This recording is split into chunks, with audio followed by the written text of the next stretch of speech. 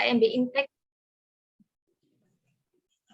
Marilah bersama-sama kita haturkan puji syukur kepada Allah Subhanahu wa Ta'ala yang telah memberikan nikmat iman, Islam, dan kesehatan sehingga kita dapat menghadiri acara di siang hari ini. Sholawat dan salam, marilah kita sampaikan kepada Nabi Muhammad Shallallahu Alaihi Wasallam. Semoga kita semua kelak mendapatkan syafaatnya di yaumil qiyamah. Amin. Amin. Pada siang hari ini kita akan mengikuti pemaparan materi dan diskusi mengenai pengenalan layanan akademik dan lingkungan kampus, sebagaimana yang telah disampaikan oleh pembawa acara, narasumber kita pada siang hari ini yaitu beliau, Profesor Dr. Paidi MSI, yang akan segera kita simak pemaparannya.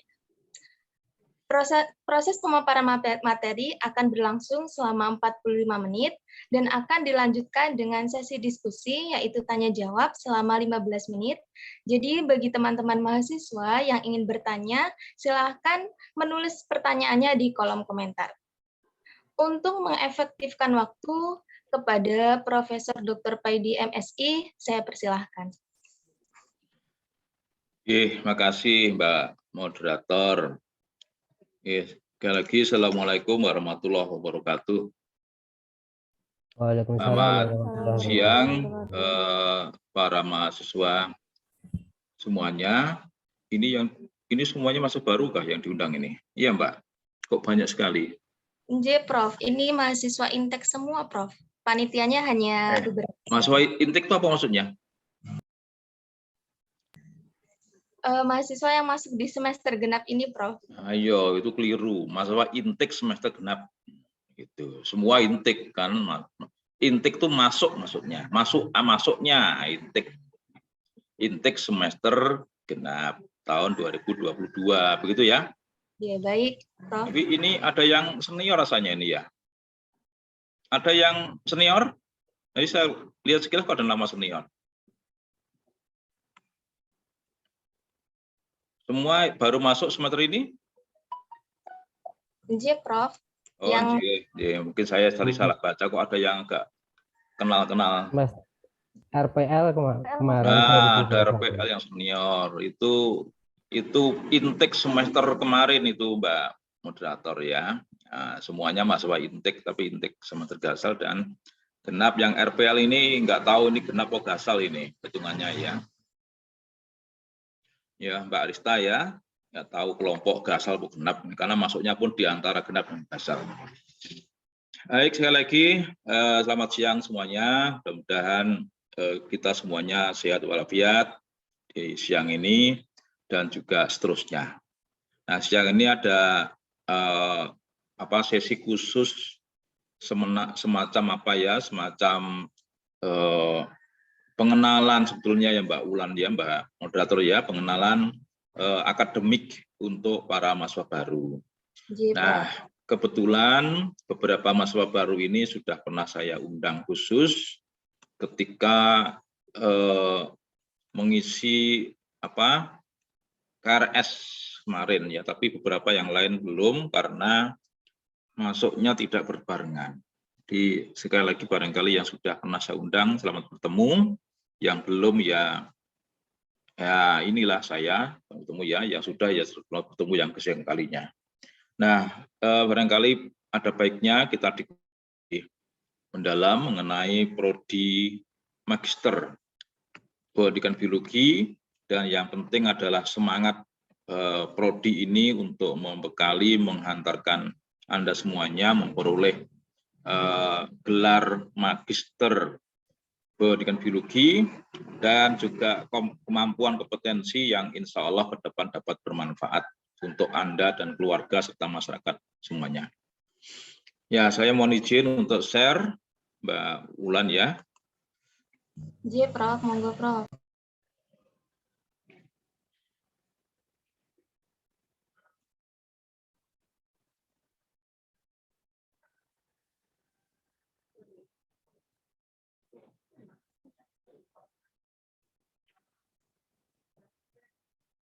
Gimana caranya? Nggak muncul Mbak ya. View-nya mana? View.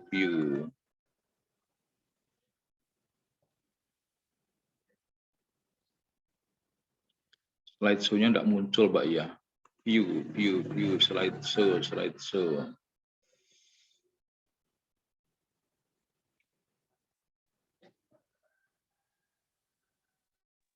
Biasanya di bawah.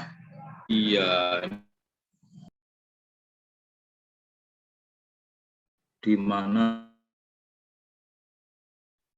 Atas dia ada tulisan Prof yang di merah itu slideshow.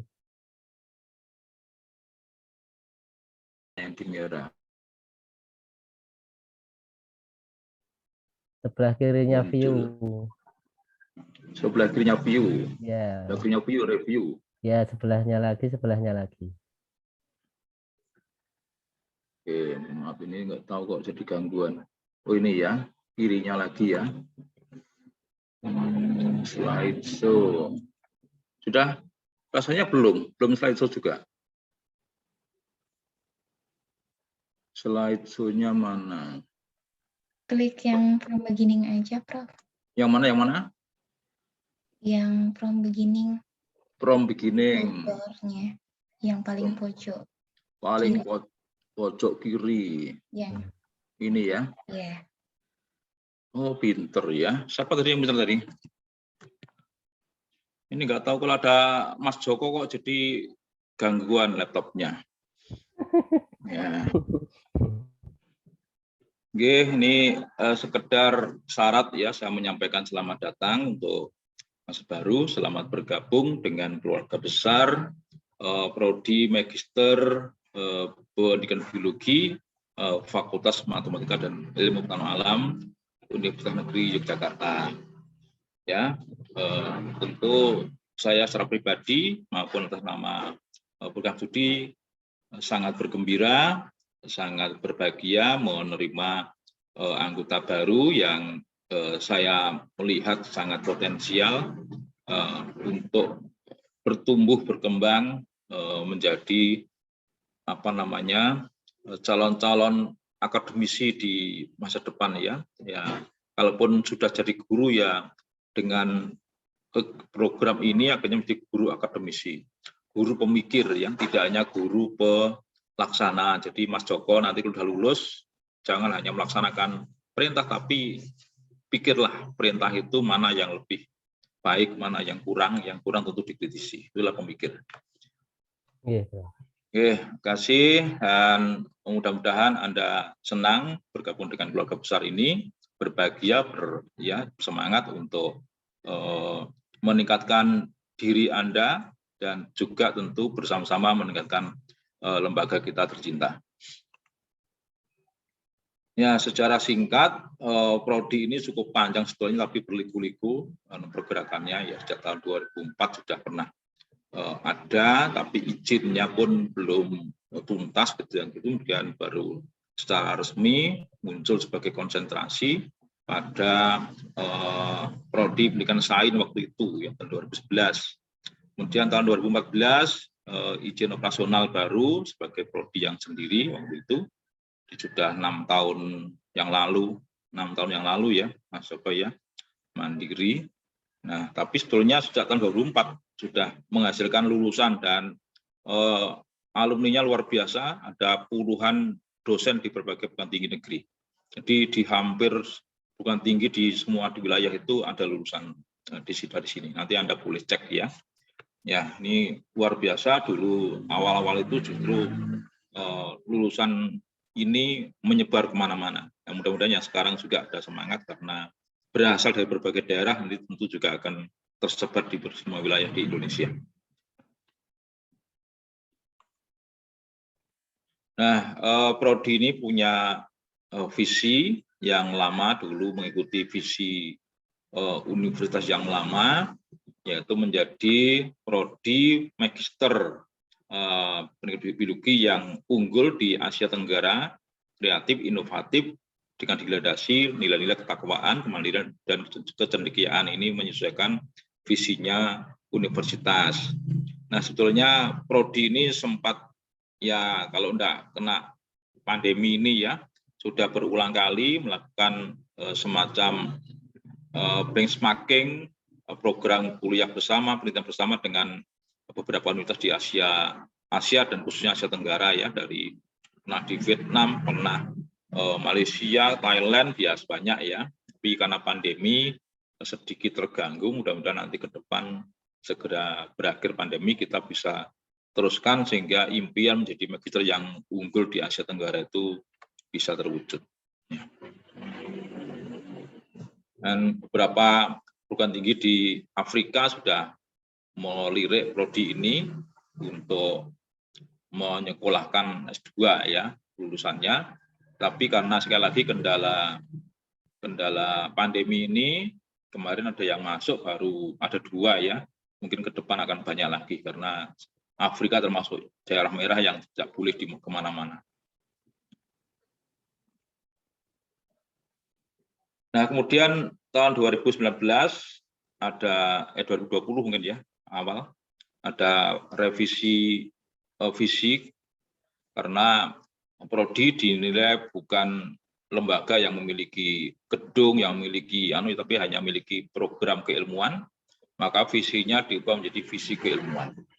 Ya, lebih mendalam, tugasnya adalah mengembangkan keilmuan, yaitu keilmuan biologi dikembangkan melalui kegiatan pendidikan, pembelajaran, penelitian, dan pengabdian pada masyarakat dalam bentuk kegiatan penemuan, pengembangan, dan penyebarluasan dengan mengangkat budaya dan potensi lokal.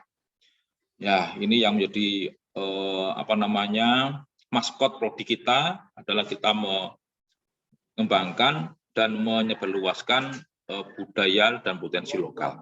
Nah, dan lokal ini bisa kita angkat guna mendukung pembangunan daerah nasional serta berkontribusi pada pemecahan masalah nasional maupun global. Jadi cukup tinggi impian kita, tapi realistis karena beberapa riset sudah dihasilkan dan sudah publish di beberapa jurnal. Ya, mudah-mudahan semakin kokoh ya visi ini. Namanya visi itu kan impian ya Mas Joko ya, impian itu ya tentu kita menuju tercapai impian. Ya, paling enggak mendekati impian itu. Nah, misinya lebih rigid, lebih rinci, lebih detail dari visi.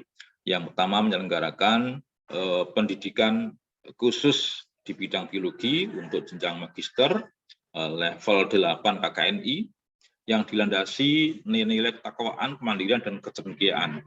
Nah, terakhir ini visi UNY karena akan berubah menjadi PTN-BH, PTN yang berbadan hukum, maka kemarin ada perubahan sedikit, ada unsur keberlanjutan ya, ada unggul, kreatif, inovatif, dan berkelanjutan. Kemudian menyelenggarakan kegiatan penelitian pendidikan di bidang biologi untuk menemukan, mengembangkan, dan menyebarluaskan ilmu pengetahuan dan teknologi yang mengangkat budaya dan potensi lokal. Nah, ini nanti muncul beberapa mata kuliah yang mirip ini ya. Awal-awal kemarin saya yang mengampu, tapi karena berbagi tugas nanti beberapa dosen yang mengampu ini, tapi intinya memang bagaimana budaya dan potensi lokal yang ada di sekitar kita ini kita angkat bisa berdaya paling tidak untuk pembelajaran ya, pembelajaran di S1 maupun di sekolah. Nah, di membangun daerah itu tentu melalui pembangunan sumber daya manusia. Nah, kemudian menyelenggarakan kegiatan pengabdian dan pemberdayaan masyarakat yang mendorong pengembangan potensi pendidikan biologi. Nah, ini misi kita lebih rinci dari visi. Profil ini artinya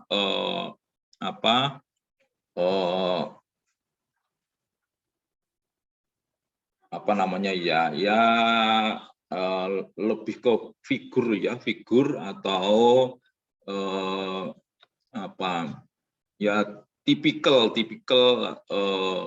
tipikal kemampuan yang berhubungan dengan pekerjaan lulusan kita. Yang pertama dan utama adalah menjadi dosen pada program sarjana pendidikan atau yang kita singkat dengan PSP. Nah, yang pokok itu harapan kami lulusan ini memang ke sana. Nanti yang sudah jadi guru ya ada peluang untuk melimpah ke perguruan tinggi, baik negeri maupun swasta ya, karena kemampuannya memang layak sebagai dosen. Nah, kemudian peneliti di bidang pendidikan biologi. Nah, banyak lembaga-lembaga riset yang sebetulnya bisa kita pakai untuk bergabung, tapi tampaknya belum banyak lulusan kita yang bergabung ke lembaga riset ini ya, lulusan di bidang pendidikan. Nah, silahkan nanti yang ingin berpetualang di bidang riset ini, apalagi sekarang ini dikembangkan Merdeka Belajar ini, ternyata lembaga-lembaga riset semakin bertumbuh. Nah, mungkin akan banyak bisa menampung yang berminat ke sana. Kemudian pengembangan kurikulum dan pembelajaran, nah ini baik di lembaga formal, misalnya di sekolah-sekolah atau lembaga pendidikan yang memerlukan konsultasi sebagai konsultan ya untuk pengembangan kurikulum. Dan juga pengembangan media dan sumber belajar ini yang sifatnya wira swasta karena bidang-bidang media sumber belajar yang berbasis IT sekarang diperlukan sentuhan-sentuhan intelektual ya, tidak sekedar gambar ataupun animasi, tapi harus di sana harus menunjukkan kebenaran, kedalaman, keluasan keilmuan untuk jenjang pendidikan tertentu. Nah, ini hanya seorang akademisi yang tahu ini. Ya. Nah, kurikulum yang digunakan di prodi ini sebetulnya ada dua, tapi yang kurikulum yang pertama 2014 ini sudah berakhir karena mahasiswa yang mengambil ini sudah lulus semuanya. Tahun kemarin sudah terakhir, walaupun ada 1-2 yang karena cuti ya, cuti melahirkan, cuti bekerja banyak itu. Nah, sudah habis sekarang ganti ke kurikulum 2019. Nah, ini mulai angkatan 2019 artinya sudah 3 atau 4 tahun yang lalu.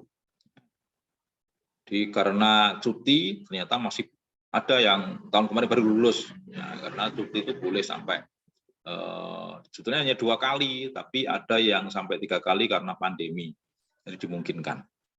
Nah, mudah-mudahan Anda tidak perlu cuti nanti ya, langsung sampai lulus. Ini terakhir kemarin ini banyak yang cuti, mengajukan cuti karena diterima PNS. Dan tahun pertama PNS kan tentu harus mengikuti kebijakan lembaganya untuk program prajabatan itu yang nggak bisa ditinggalkan. Sehingga saya mengizinkan sekian mengambil cuti. Nah, habis itu cutinya cuti terhormat nih ya. Ini dulu juga banyak yang cuti karena ingin melahirkan atau ingin akan melahirkan atau akan menikah ya. Itu ya terhormat juga sih. Ya, itu juga kita manusia ibu ya. Di Monggola itu masing-masing melihat mana yang dianggap penting. Struktur kita, nah mulai tahun 2020 ya, mana ada migrasi dari pasca sarjana ke fakultas dengan tujuan keilmuannya bisa bertumbuh lebih kuat. Karena di fakultas itu sumber daya manusianya terkonsentrasi, dosen itu di sana banyak, yang tidak semuanya ketika itu bisa terdaftar di pasca sarjana. Jadi dengan berpindah ke jurusan, harapannya bisa lebih kuat sentuhan akademiknya. Memang di awal-awal kemarin sempat terasa perubahan, paling tidak di ini ya, gedungnya tentu mentereng gedung pasca sarjana kemarin, tapi lambat laun fakultas juga berbenah untuk melengkapi semua fasilitas. Tapi karena pandemi mungkin ada yang belum pernah lihat gedung fakultas ya. Bahkan kemarin ada beberapa mahasiswa yang masuk sampai lulus belum pernah masuk lihat fakultas. Nah, yang masuk tahun 2000 berapa itu? 19 20 ya, 20 lulus dan 2001 kemarin. Itu dari rekrutmen sampai lulus belum pernah lihat fakultas. Karena di luar Jawa pendaftarannya online, registrasi online, kuliah online, ujian skripsi online, sampai wisuda pun online. Ya, ini zaman-zaman yang tidak pernah kita pikirkan waktu dulu ya. Ini betul zaman nggak rasional, tapi ternyata harus rasional. Zaman virtual semuanya. Ya, tapi kalau menikah nggak bisa online ya, Mas Joko ya. Nah, kalau ternyata sampai wisuda pun bisa online. Ya. Ya, tapi tidak mengurangi hakikat kuliah, karena zaman sejak sebelum pandemi pun dulu banyak kuliah di luar negeri yang sifatnya distance learning yang memang online. Jadi ternyata itu terjadi di kita ya. Nah, dulu juga kami melihat kok aneh ya kuliah kok nggak pernah ke kampusnya. Dan itu punya ijazah yang resmi, banyak waktu itu ya yang kuliah distance learning atau program sandwich itu yang banyak online. Bahkan yang itu UT itu lebih banyak lagi yang UT ya. Tapi ternyata sekarang semuanya harus mengalami. Oke ya, ini jadi di jurusan biologi bernaunglah prodi S2 pendidikan biologi, yang di sana juga ada prodi S1 pendidikan biologi dan S1 biologi, ada 3 prodi. Nah, sekarang baru merancang akan ada prodi S2 biologi, ya baru disusun usulannya. Nanti dalam waktu dekat akan ada 4 prodi di jurusan kita. Semakin ramai nanti ya. Ini lebih rinci saja. Nah, ini para dosen kita yang memperkuat di prodi magister. Di prodi magister ini memang memiliki persyaratan dosen, jadi minimal berpendidikan doktor dengan pangkat lektor kepala. Maaf, lektor ya, lektor. Ini ada 17 dan ini kita baru kehilangan 2 profesor, bukan karena masa purna tugasnya baru aja 1 Februari kemarin ini. 2 profesor kita memasuki masa purna. Tetapi beliau secara tidak langsung masih mendukung prodi ini, masih bisa kita mintai konsultasi dan BPH, artinya masih memperkuat prodi ini. Prof. Bambang Subali dan Prof. IGP Surya Dharma.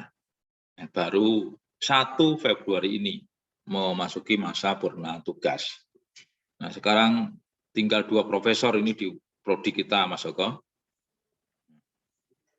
Prof. Jukri dan Prof. saya, gitu ya. Nah, nanti dalam waktu dekat mungkin ada segera lagi yang mengajukan dan memperoleh gelar profesor, sehingga semakin banyak guru besar yang tentu semakin mempertinggi bendera prodi kita. Nah, ini Anda bisa lihat 17 ini memiliki bidang keilmuan yang bervariasi. Ya, ada yang fisiologi tumbuhan, ada yang kalau saya memang khusus di pendidikan ya, di pembelajaran, di strategi pembelajaran biologi yang berhubungan dengan model pembelajaran, perkuliahan, termasuk kurikulum itu ya, itu bidang saya. Nah, walaupun riset-riset di bidang pembelajaran juga bidang saya, jadi cukup luas bidang saya. Monggo nanti yang berminat untuk menekuni bidang ini dengan tesisnya masing-masing nanti bisa saya bantu ya. Oke, ini yang bidang keilmuan fisiologi tumbuhan cukup banyak ini karena bidang itu cukup mentereng waktu itu ya, pernah jaya karena berbagai inovasi di bidang tumbuhan itu memerlukan sentuhan fisiologi tumbuhan, hormon, zat pengatur tumbuhan itu ya. Oke, kemudian ya jadi Prof. Jukri, saya, Pak Dr. Suyitno ini, dan Pak Dr. Heru Nur Cahyo ini fisiologi tapi bidang hewan dan juga biotek hewan. Pak Dr. Heru Nur Cahyo kebetulan sekarang ketua jurusan ya. Kemudian Bu Dr. Suhartini ini bidangnya potensi lokal, ini membantu saya kemarin untuk pengembangan dan pemanfaatan budaya potensi lokal sebagai sumber belajar. Nanti kalau mengambil mata kuliah itu akan banyak ketemu dengan Bu Dr. Suhartini. Dan secara non formal saya masih mendukung perkuliahan itu. Nah, kemudian ada Bu Dr. Jamilah Bondan. Nah, ini beliau sebenarnya home base-nya di jurusan pendidikan matematika, tapi sudah lama bergabung ke prodi ini untuk mendukung perkuliahan statistika dan metodologi penelitian. Nah, beliau orangnya yang belum pernah kenal ya, nanti kenal akan sedikit kaget. Ini kok seperti, wah, mak lampir galaknya, bukan. Keras tapi baik hatinya. Bu Jamilah ya. Nah, yang pernah kenal ya sudah tahu ya, sebenarnya keras tapi orangnya baik, cerdas dan baik. Nah, kemudian ada Bu Dr. Benedetta Otavia, ini bidangnya yang kecil-kecil, mikrobiologi dan sel molekuler. Nah, Pak Slamet Suyanto, dokter, ini bidangnya kurikulum, khusus kurikulum dengan biologi.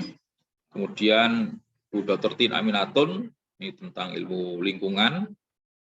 Ini termasuk orang yang memperkuat pendirian Mandalika itu, atau ya, ketika di Lombok itu Putin yang tim AMDAL-nya.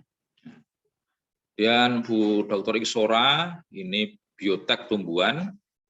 Pak Agung Subiantoro, PhD, dokter, ini teknologi pembelajaran biologi. Beliau cukup champion dalam pembuatan media-media virtual gitu ya. Ya, sekaligus beliau sebagai Kaprodi S1 Pendidikan Biologi.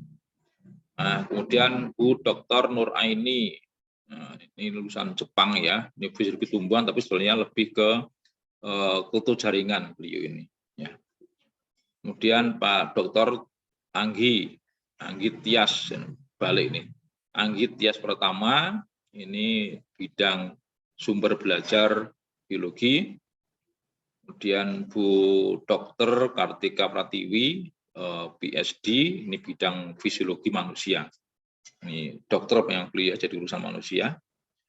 Nah, kemudian Bu Paramita, PhD, ini biologi hewan vertebrata. Kemudian Bu Dr. Evi Yulianti, biologi sel dan molekuler. Kebetulan beliau adalah sekretaris jurusan, mungkin sudah banyak ketemu. Waktu bingung mau ngatur jadwal, kemarin banyak dibantu oleh Bu Evi ini. Dan terakhir Bu Dr. Ana Rahmawati, ini bidangnya mikrobiologi. Nah, ini paling tidak yang siap mendukung perkuliahan maupun penyelesaian tugas akhir untuk prodi magister pendidikan biologi FMIPA UNY.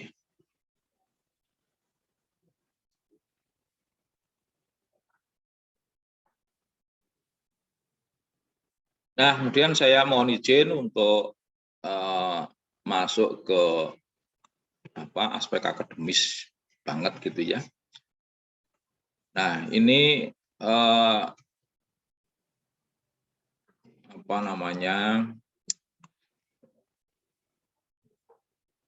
nah, kita masih menggunakan model sedikit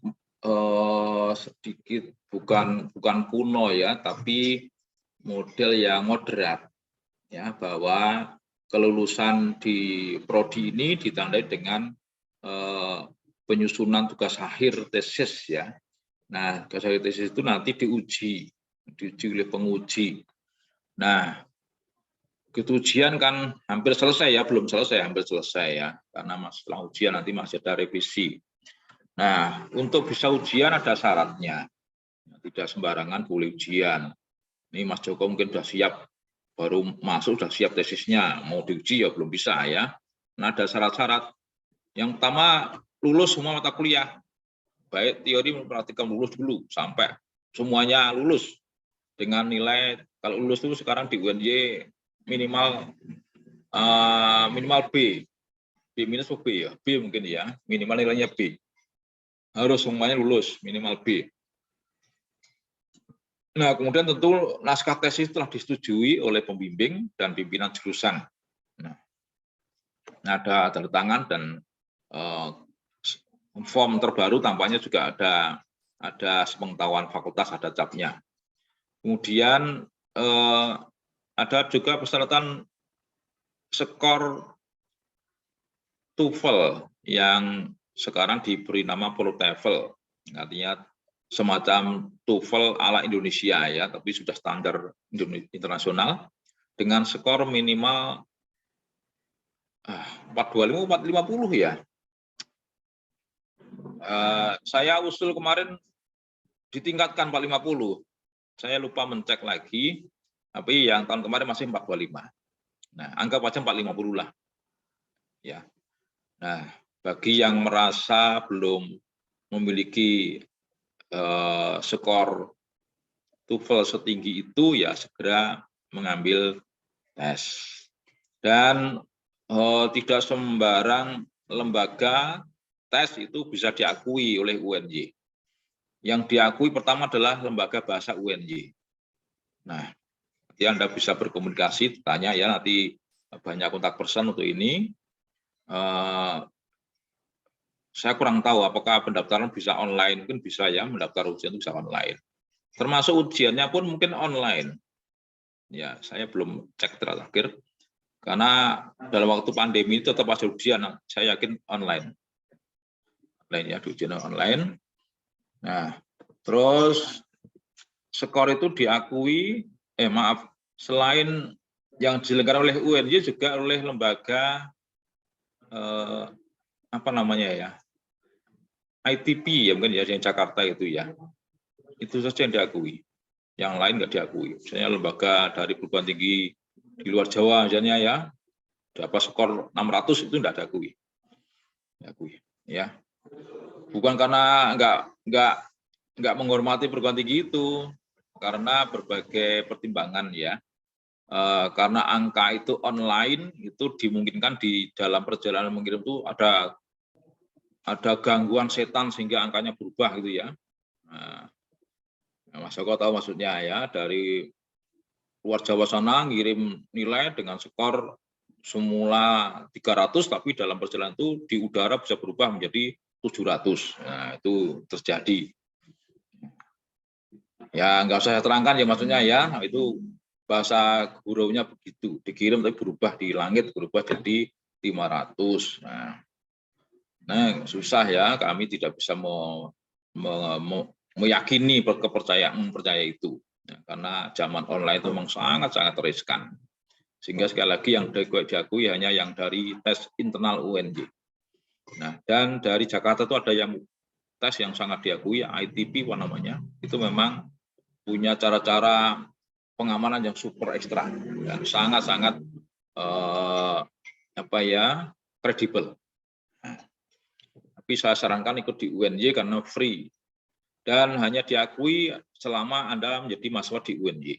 Misalnya Anda tes skornya 600 tapi sebelum masuk itu nggak diakui.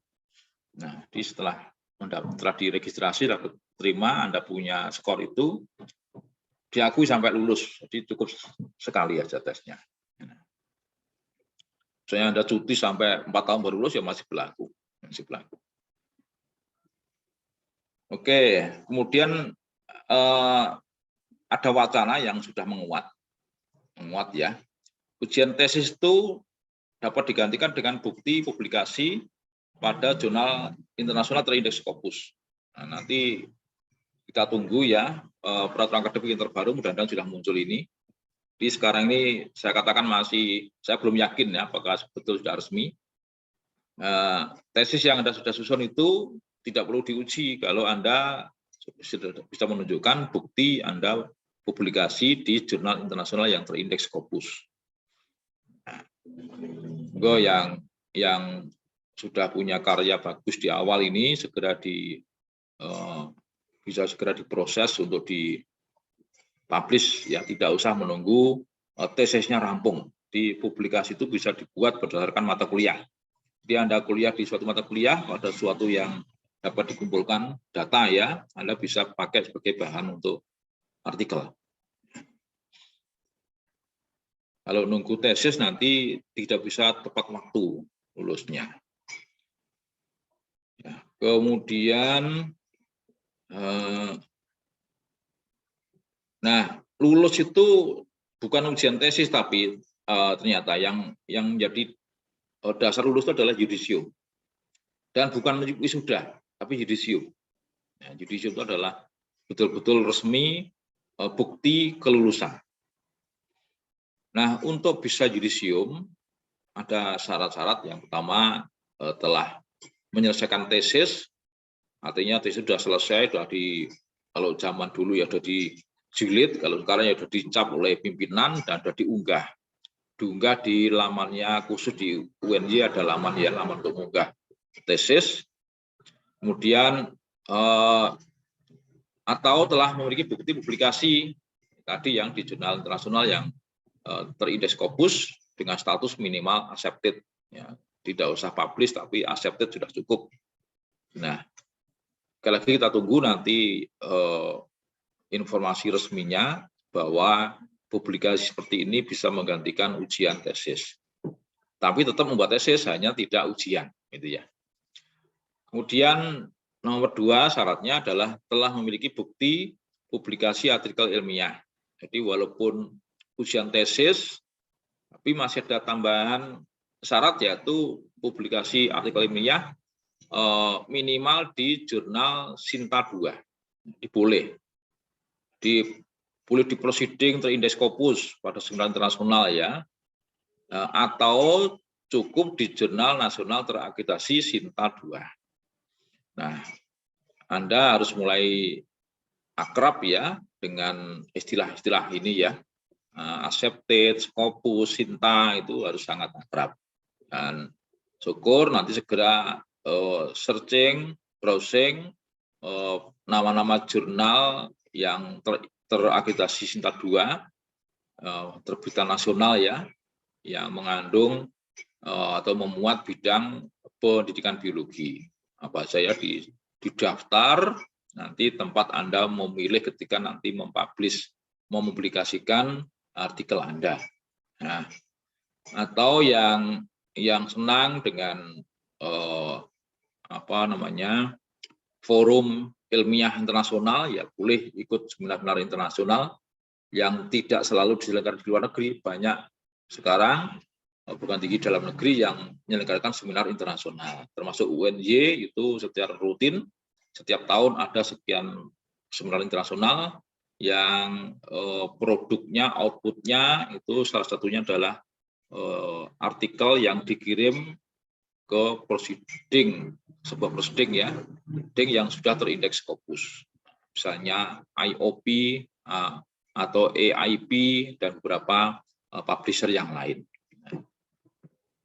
Oke ya, silakan, atau malah Anda searching nama-nama jurnal terindeks Scopus ya sekaligus ya sebagai persyaratan yudisium, sekaligus juga menggantikan ujian tesis. Jadi kalau Anda bisa punya jurnal terindeks Scopus itu udah enak sekali.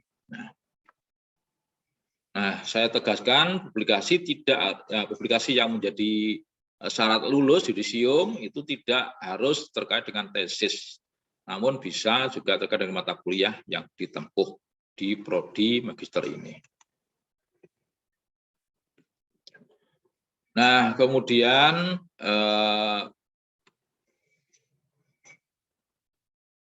untuk pengembangan prodi ini sangat penting Anda lakukan sekali lagi untuk prodi kita. Publikasi artikel ilmiah pada proceeding atau jurnal internasional berreputasi. Jadi kalau Anda nanti bisa mempublikasikan di proceeding internasional ataupun jurnal internasional yang terindeks Scopus dan Anda mencantumkan alamat afiliasi UNY, maka itu otomatis bisa mengangkat prodi kita. Prodi kita termasuk terangkat dengan Anda. Nah, kemudian dalam penulisan artikel ilmiah, Anda mensitasi atau merefer karya-karya dosen prodi. Nah, banyak artikel dosen kita yang sudah dimuat di jurnal terindeks Scopus. Itu kalau Anda nanti sitasi, Anda sitir, Anda gunakan itu ya, maka juga bisa mengangkat prodi kita. Karena kepintaran sistem yang dibuat oleh kementerian, maka setiap Anda menggunakan dapur pustaka ya dari artikelnya dosen kita, itu otomatis jadi poin prodi kita. Nah, silakan ya. Harapan saya semuanya mencarilah nanti, termasuk yang saya sudah publikasikan harus disitir maksudnya ya, harus disitasi, tentu dipilih yang relevan. Nah, kemudian untuk bisa citasi tadi silakan Anda mengunjungi webnya prodi. Ini webnya prodi bener nggak nih ya? Katanya mau ganti kemarin tuh. Sebentar, nanti saya kirim ke grup lah. Ini tampaknya sudah geser kemarin. Atau dicoba nanti kalau masih bisa ya. http://s2pbio.unj Ini di sana kami cantumkan daftar semua dosen dengan karya-karyanya. Atau di ini Start New. Nah, Anda klik Start New, nanti kalau yang paling bawah ini diklik, ini contohnya ya. Ini Start New, ini yang paling terakhir ini kode saya. Jadi kalau Anda klik ini nanti muncul semacam CV saya. CV saya, tapi saya belum update. Saya update terakhir tahun 2021 ya, setahun ini saya belum update. 2020. Ya, belum update. Nah, saya sudah ngupdate di CV, tapi belum saya unggah ke Start New. Tapi lumayan di sini ada puluhan karya saya, Anda bisa citasi. Nah, kemudian satu hal yang penting, Anda dilarang melakukan penulisan dengan menjadi plagiat atau melakukan plagiasi, tidak boleh. Meniru tulisan orang apa adanya itu nggak boleh. Nah, kalau dalam ajaran perilaku kan meniru orang yang baik kan boleh ya. Misalnya Mas Joko ini orangnya anteng, sregep, itu saya niru, itu boleh. Tapi kalau tulisan nggak boleh. Nah, dianggap plagiasi. Nah, plagiasi itu dianggap kejahatan yang luar biasa untuk bidang akademik. Nah, kalau orang-orang pejabat itu korupsi, maka di akademis itu plagiasi, itu sama derajatnya ya.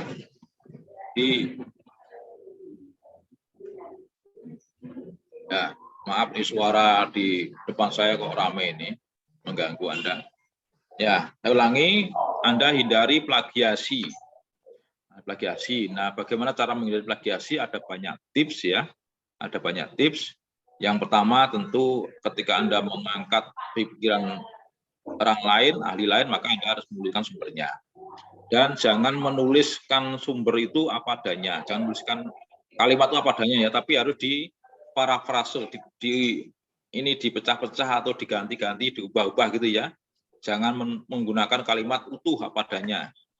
Tapi yang penting Anda mau menggunakan intinya. Intinya apa, terus Anda tulis dengan kalimat sendiri, dengan bahasa sendiri. Nah, kalau itu yang Anda lakukan, maka akan terhindar dari plagiasi. Ya. Jadi itu tetap masih ditulis sumbernya, tapi itu pun jangan digunakan kalimat apa adanya. Walaupun Anda sudah menuliskan sumbernya, tapi kalau Anda copy, paste apa adanya, itu termasuk plagiasi. Itu ya, salah satunya menghindari plagiasi adalah Anda dalam menyitir pendapat orang, jangan ditulis apa adanya. Seperti yang ditulis oleh sumber itu, tapi Anda ubah kalimatnya di parafrase, kemudian juga Anda tulis nama sumbernya itu. Walaupun yang Anda tiru tulisan saya nggak marah sih, tapi sistem di kementerian sudah mendeteksi plagiasi. Bahkan tulisan Anda sendiri yang sudah Anda publish, Anda tiru, itu pun dianggap plagiasi. Nah, namanya auto plagiasi. Nah, tolong ya, ini sangat penting, tolong diingat, diperhatikan, hindari plagiasi. Kalau sudah tercap plagiasi, susah diobati, di blacklist oleh kementerian, ya, bisa nggak lulus. Oke, Mbak Ulan masih banyak waktunya, Mbak Ulan? 2 menit. 2 menit ya. Oke, sebenarnya masih ada kurikulum yang perlu, tapi karena waktunya habis, nanti kalau ada pertanyaan aja kurikulum akan saya munculkan, akan saya share kurikulum itu. Monggo Mbak Ulan, saya pikir bisa masuk ke sesi tanya jawab ya. Monggo, makasih. Terima kasih, Prof. Baiklah, demikian tadi materi yang sudah dipaparkan oleh narasumber kita. Acara selanjutnya yaitu sesi tanya jawab. Adapun peraturannya yaitu ketika nanti ada mahasiswa yang bertanya, dianjurkan untuk memperkenalkan diri terlebih dahulu. Dan di sini sudah ada beberapa yang bertanya, Prof. Ini ya, ada Mbak Monica Julia, boleh langsung ditanyakan langsung, Mbak Monica?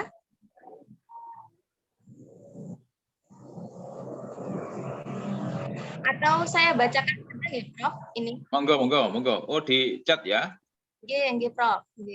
Jadi dari Oke.